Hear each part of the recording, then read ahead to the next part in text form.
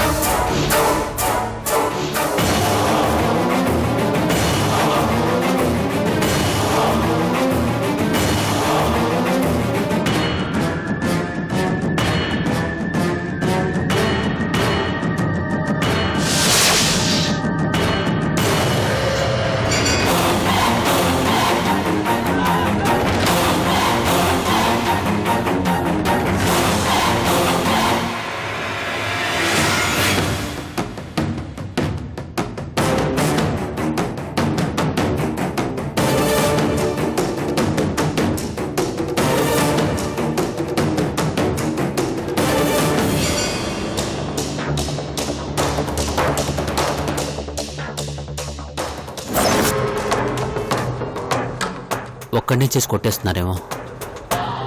చా, ఎక్కడికి వెళ్ళినా ఏవో గొడవలు కొట్టుకోటాలు. వీళ్ళు మారు.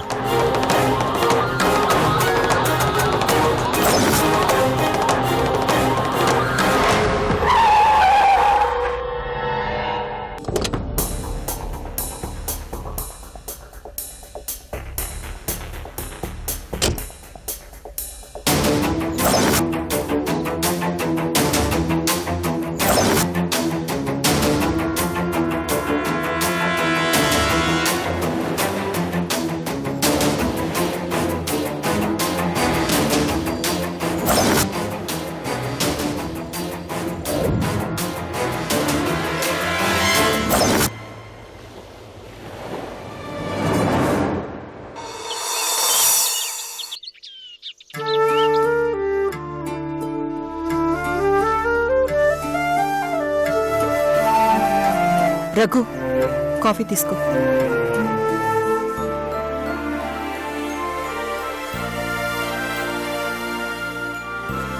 జీకే, ఎక్కడి నుంచి వస్తున్నావు?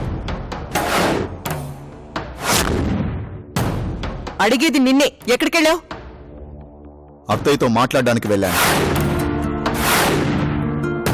మాట్లాడడానికి వెళ్ళావా, పోట్లాడడానికి వెళ్ళావా? దేనికెళ్ళావు? దేనికెళ్ళాను ఈ పాటికి ఫోన్ చేసి చెప్పుంటుంది కదా.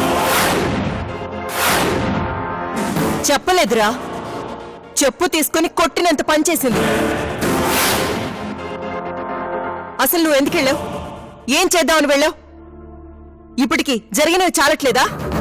ఎవరికి వాళ్ళు నిర్ణయాలు తీసేసుకోండి.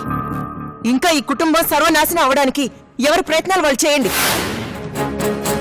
జీకే, ఏంట్రా ఇది? నువ్వెందుకు మధ్యలో ఇన్వాల్వ్ అవుతున్నావు? అయినా మీరు చిన్నపిల్లలరా, మీకెందుకు ఇవన్నీ? మేము ఉన్నాం కదా, మేము చూసుకుంటాం. ఏం చూసుకుంటారు నాన్న? అమ్మని పట్టుకొని అన్నని మాట్లాడుతుంటే చూస్తూ ఎలా ఊరుకోమంటారు?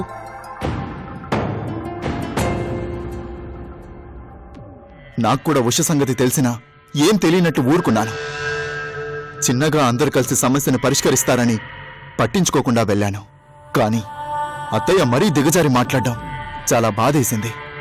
మీ భార్యని ఏమన్నా మీరు పట్టించుకోరేమో, కానీ మా అమ్మని ఏమైనా అంటే నేను ఊరుకొన్నాను.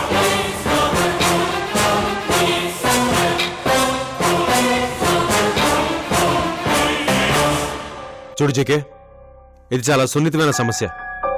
ఇలాంటి విషయాల్లో నీ ఇన్వాల్వ్మెంట్ అంత మంచిది కాదు. ఎందుకు చెప్తున్నానో అర్థం చేసుకో. అంటే అంటే ఏంటి నాన్న?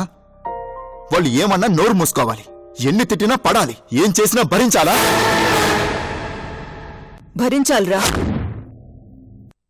ఎందుకంటే మనం ఆడపిల్లని కన్నవాళ్ళం. ఆవిడ మగపిల్లాడికి తల్లి. ఏమన్నా భరించాలి.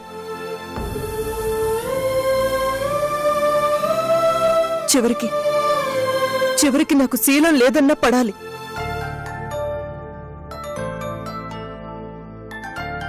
మీ చెల్లెలికి శీలం లేదన్నా పడాలి. ఎందుకంటే ఇప్పుడు మన జీవితాలు వాళ్ళ చేతుల్లో ఉన్నాయి. ఏంటి వాళ్ళ చేతిలో ఉండేది? ప్రాబ్లం నా చేతిలోకి తీసుకుంటే అన్ని కరెక్ట్ గానే ఉంటాయి. ఏం చేస్తావురా? ఏం చేస్తావు? మహా అయితే ఇప్పుడు వెళ్ళి గొడవ పడినట్టుగా మళ్ళీ గొడవ పడతావు. నువ్వు పోలీసు కాబట్టి మీ అమ్మతో మాట్లాడినట్టుగా మాట్లాడదేమో గానీ నీ చెల్లి జీవితం అయితే బాగుపడదుగా. అసలు ప్రాబ్లం ఎక్కడ మొదలైందో మనం కనుక్కున్నావా?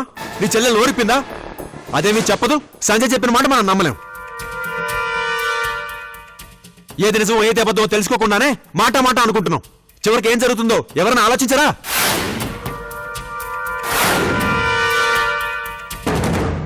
నేను వద్దు అంటున్నా వినకుండా వెళ్ళింది మీ అమ్మ. ఏం జరిగింది? నువ్వు కూడా వెళ్ళావు. ఏం సమాధానం వచ్చింది? మంట నిప్పుగా మారాక కదిలించకుండా ఉంటేనే మంచిది. ఎగ్గేసే కొద్దీ పెరుగుతుందే గాని తగ్గదు. మీరు ఏదైనా చెప్పండి అన్న, నేను ఇన్వాల్వ్ కాను. అంతేకాని నా వాళ్ళ విషయంలో ఎవరైనా నోరు జారారా ఊరుకోను. చూసావా రేఖ? చూసావా ఎలా మాట్లాడుతున్నాడు? అందుకే వీడికి విషయం చెప్పొద్దు అన్నాను. విన్నావా? అయినా తప్పు మీది కాదు, నాది. సంజయ్ నాకు విషయం చెప్పగానే ఆవేశంలో ముందు వెనక ఆలోచించకుండా వచ్చి ఉషను కొట్టాను. దాంతో నీకు కోపం వచ్చింది. నువ్వు వెళ్ళి స్నేహంతో గొడవ పడ్డావు. మీ ఇద్దరి మధ్య మాట పెరిగింది. చివరికి పిల్లలు కూడా గొడవపడి కక్షలు పెంచుకునే స్థాయికి వచ్చింది. వాడు నాకు దూరంగా పెరిగినా ఇంటికి దూరంగా పెరగలేదు. వాడిప్పుడే కాదు, ఉష చదువుకునే రోజుల్లో కూడా ఎవరైనా ఏదైనా అంటే చావ చితక్ కొట్టేవాడు. తెలుసు రేఖ, జీకే గురించి నాకు బాగా తెలుసు. వాడికి మీ అన్నయ్య పోలికలే. నీకు దూరంగా ఉన్నా నీకేదైనా ప్రాబ్లం వస్తే ఊరుకోడు. అయినా నువ్వు నీ కొడుకుని ఎంకరేజ్ చేయకు. వీడిప్పుడు ఏం మాట్లాడినా అది తప్పే అవుతుంది. ఏం చేయాలో ఎలా చేయాలో నేను చూసుకుంటాను.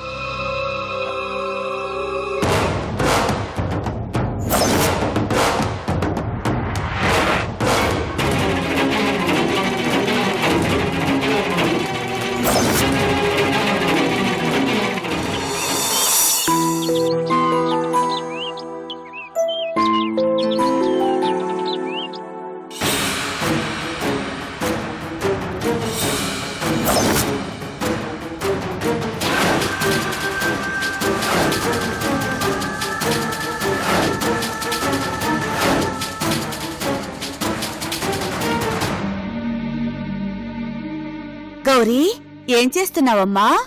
అత్తా, ఇది నవ్వుతుంది. అది నీలాగేనమ్మా, దానికి లోకం తెలీదు. టైం చూడెంతైందో, మందులు వేసుకోవాలిగా. ఆహా, వద్దు, నేను వేసుకోను. నేను నా ఫ్రెండ్ తో ఆడుకోవాలి. నువ్వు మందులు వేసుకోపోతే శంకర్ వచ్చి తిడతాడే నన్ను. ఆహా, నేను వేసుకోనత్తా, నేను ఇక్కడ ఆడుకుంటాను. ఇదిగో, నీ బొచ్చులో మీ అమ్ముంది కదా. ఆ, అవును, మా అమ్మే ఉంది. మరి ఆ అమ్మ ఆరోగ్యంగా ఉండాలంటే నువ్వేం చేయాలి? టైంకి తినాలి, టైంకి మందులు వేసుకోవాలి. అప్పుడే కదా మీ అమ్మ బాగుంటుంది.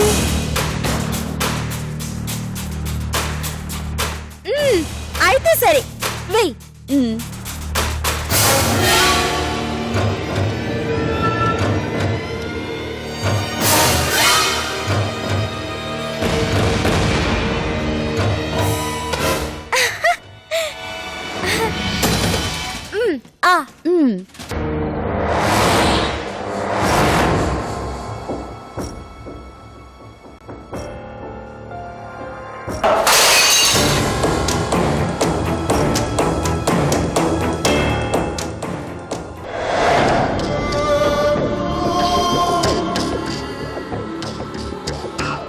ఉండమ్మా, ఇప్పుడే వస్తాను. ఎక్కడికి? ఏదో శబ్దమైందమ్మా. ఏ దొంగలో దూరితే ఉన్న సామాన్లు కూడా పట్టుకుపోతాడు. నువ్విక్కడే ఉండు. అయ్ దొంగోడు బాబు, దొంగోడొచ్చాడు.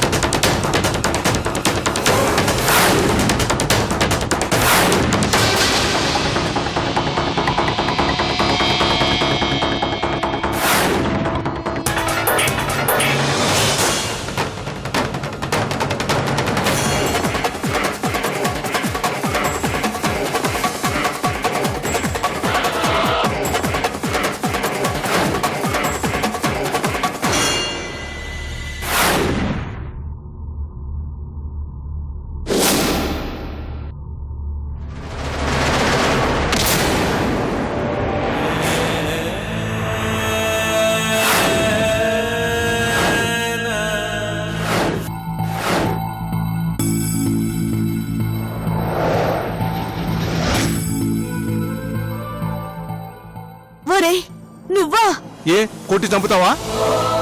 దొంగలా రావడం ఏంట్రా? మరి ఏం చేయను? అవతల రౌడీలు నా వెంట పడుతున్నారు ఎందుకు? చంపడానికి.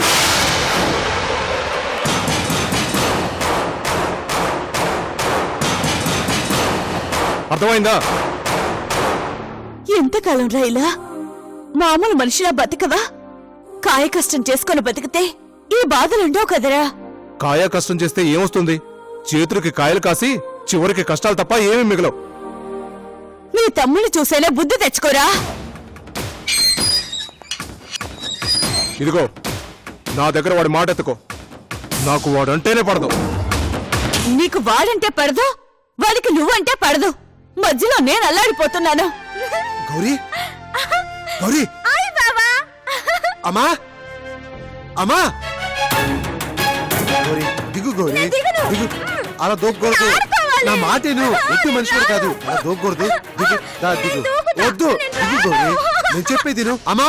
అమ్మో రే, అదిగోరా మీ తమ్ముడు వచ్చాడ్రా. నేను చూస్తే పెద్ద యుద్ధమే అయిపోతుంది. నువ్వు లోపలికి రా. అమ్మా ఆకలిగా ఉంది, తినటానికి ఏదైనా పెట్టు. పెడతానులే గాని నువ్వురా ముందు, నువ్వురా.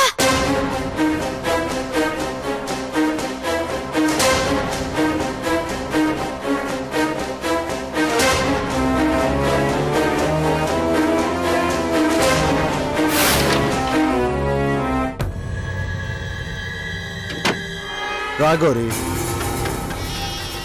ఆ గదిలో ఏం చేస్తున్నావమ్మా?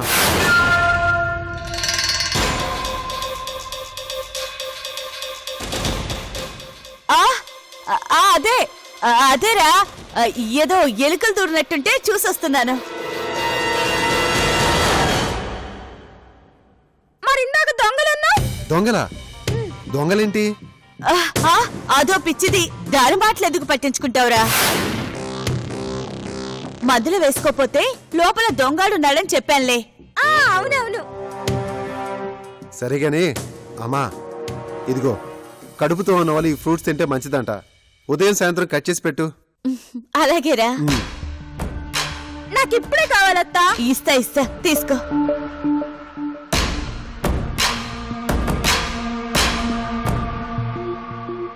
అమ్మయ్యా.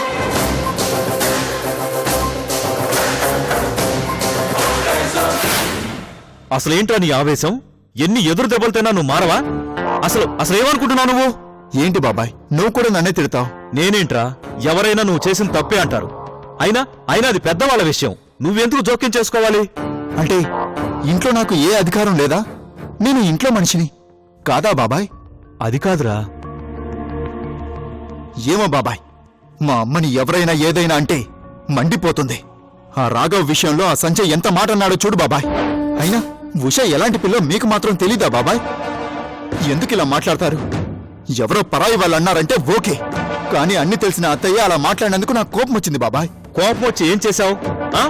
ఇంటికి వెళ్లి నాన్న మాట్లాడినావు, బెదిరించావు. నువ్వు బెదిరిస్తేనో వార్నింగ్లు ఇస్తేనో భయపడ్డానికి వాళ్ళేమైనా క్రిమినల్స్, పిక్ పాకెటర్స్ అనుకున్నావా? నీకు తెలియకుండానే కాకి డ్రెస్ నీ ఒంటి మీద ఉన్న అహంభావం పెరిగిందిరా నీకు. బాబాయ్ ఎరా, ఆయన చెప్పిందలా తప్పే ఉంది. మీరు చాలా కరెక్ట్ గా చెప్పారండి. వీడికి ఆ అహం పెరిగింది కాబట్టి పెద్దంతరం చిన్నంతరం లేకుండా మాట్లాడుతున్నాడు. ఎరా, ఇంటికొచ్చి మీ అత్తయ్యకి వార్నింగ్ ఇచ్చావా? ఏంట్రా అసలేంట్రా నీ ఉద్దేశం? ఎవరితో మాట్లాడుతున్నావు నీకు అర్థమవుతుందా? ఆ మాట అత్తయ్య నిన్ను కడగలేదు మామయ్య. అయినా నేనేం తప్పు మాట్లాడలేదే. మా అమ్మని ఏదైనా అంటే నేను ఊరుకోను అన్నాను. దాన్నే వార్నింగ్ ఇవ్వడం అంటారు. దేనికైనా ఓ పద్ధతి ఉంటుందిరా. జరిగిందంతా నాతో చెప్పాల్సింది కదా. ఏం చెప్పమంటావు మామయ్య? అవతల అమ్మ ఎంత బాధపడిందో తెలుసా? అయినా వాళ్ళిద్దరి మధ్యలో ఏం జరిగిందో నువ్వు చూసావా? చూడలేదు. అసలు ఏం జరిగిందో తెలియదు. ఏం తెలియకుండానే ఆవేశపడి అరిచావు. చివరికి ఏం సాధించావు? కోర్టు కూడా సాక్ష్యాన్ని బట్టి తీర్పిస్తుందిరా. అంతేగాని ఇలా గుడ్డిగా ఒకరి వైపే వాదించదు. అంటే ఏంటి మామయ్య, అత్తయ్య చేసింది మాత్రం కరెక్ట్ అంటావా? జీకే, నువ్వు మాట్లాడుకో. నీకు ఆవేశం తప్ప ఆలోచన లేదు. నీకు అమ్మ కావడానికి ముందే ఆవిడ తనకు చెల్లెలు. తన చెల్లికి అవమానం జరిగితే ఆయన ఎందుకు కోరుకుంటారు? అలా చెప్పండి సార్. నేను వీళ్ళు ఆవేశపడి ఒక మాట అంటే చాలా ఈజీ. రేయ్, నీలాగే నేను ఆవేశపడి మీ అత్తయ్యను ఒక మాట అంటే తను ఏమవుతుంది? ఇలాంటివి చాలా సున్నితంగా డీల్ చేయాలిరా. ఆ, మీరు నాన్న ఇలా ఉండబట్టే ప్రాబ్లం ఇంత దూరం వచ్చింది. అలాగా? అలా అయితే నువ్వు చక్కదిద్దురా. అసలు ప్రాబ్లం మీ అమ్మ మీ అత్తయ్య కాదు, ఉషా. ఎస్ ఉషే, తను కాపురానికి ఎందుకు రావట్లేదో ముందు కనుక్కో.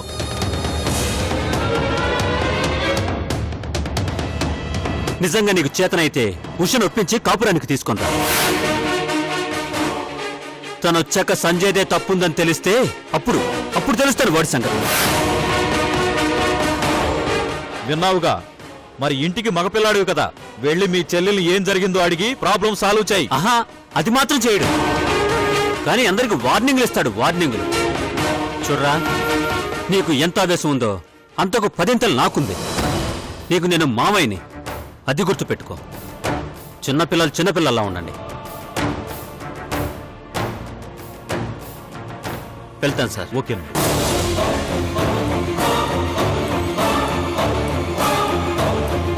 మీ మామయ్య చెప్పింది నిజమేరా. మీ చెల్లెల్ని కాపురానికి పంపిస్తే అన్ని సమస్యలు తీరిపోతాయి. నీకు చేతనైతే వాళ్ళిద్దరి మధ్య ఏం జరిగిందో అది తెలుసుకో.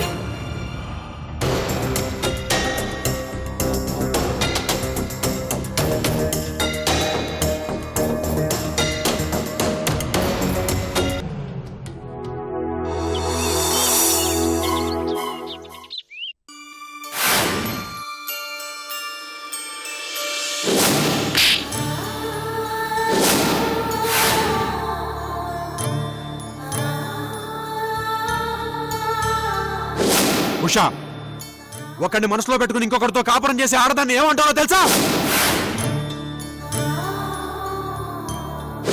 అంటే సంజయ్ చెప్పింది నమ్ముతున్నారా డాడీ? నమ్మదా? సరే, నమ్మను. పోనీ నిజమేంటో నువ్వు చెప్పు.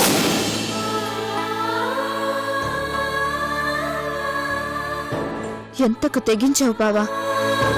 సంధ్య విషయం చెప్పలేను అనేగా ఎంత హంగామా చేస్తున్నా? చివరకు నాకు రాఘవ్కి సంబంధం అంటగడతావా? నిన్ను వదిలిపెట్టను. నాకు అవకాశం వస్తుంది. ఇంతకు 3 నీకు బుద్ధి చెప్తాను.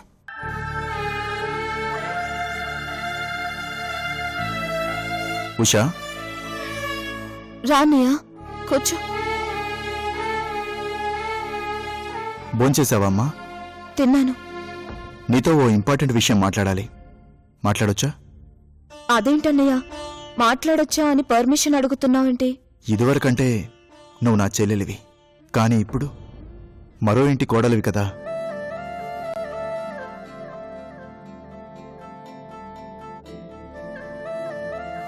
దయచేసి అలా అనకన్నయ్య, నాకు చాలా బాధగా ఉంటుంది. నన్ను పరాయి దాన్ని చేసిన ఫీలింగ్ వస్తుంది. నేనెప్పుడు నీకు చెల్లెల్నే.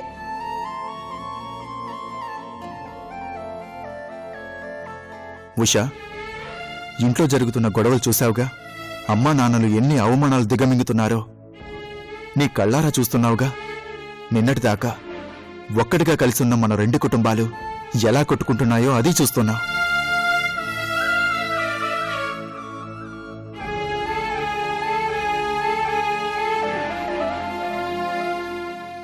నిజమే, వాళ్ళు ఏదో అన్నారని మనమేదో అన్నామని వాళ్ళు గొడవలు పెంచుకుంటూ వెళ్తున్నాం గాని దానికి ఎక్కడ ముగింపు పలకడం లేదు. అందుకే ఆ పని నేను చేయాలనుకుంటున్నాను. అసలు సమస్య ఎక్కడ మొదలైందమ్మా? నీ దగ్గర.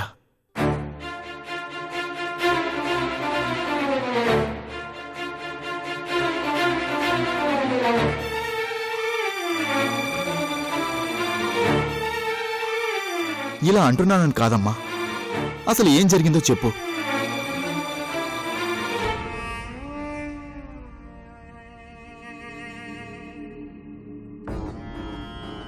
ఎందుకు సంజయ్తో నువ్వు గొడవ పడ్డావు?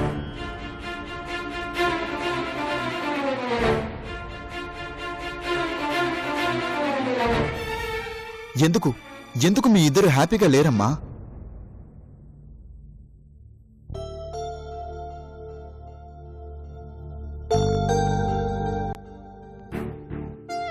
ఇది ఓ అన్నగా నేను అడగొచ్చో లేదో నాకు తెలియదు, కానీ ఇదే నీకు ఓ అక్కుంటే చెప్పేదానివి కదా. పోనీ సంజయ్ ఉండి అడిగితే చెప్పేదానివి కాదా?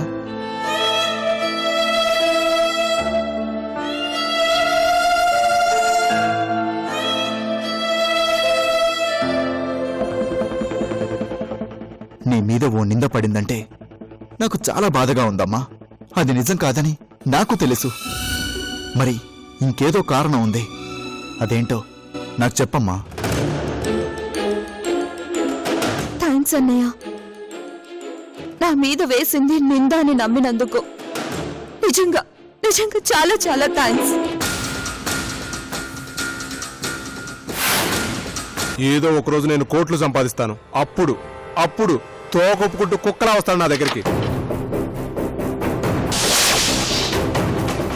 నిన్ను అరెస్ట్ చేయడానికి వచ్చాను.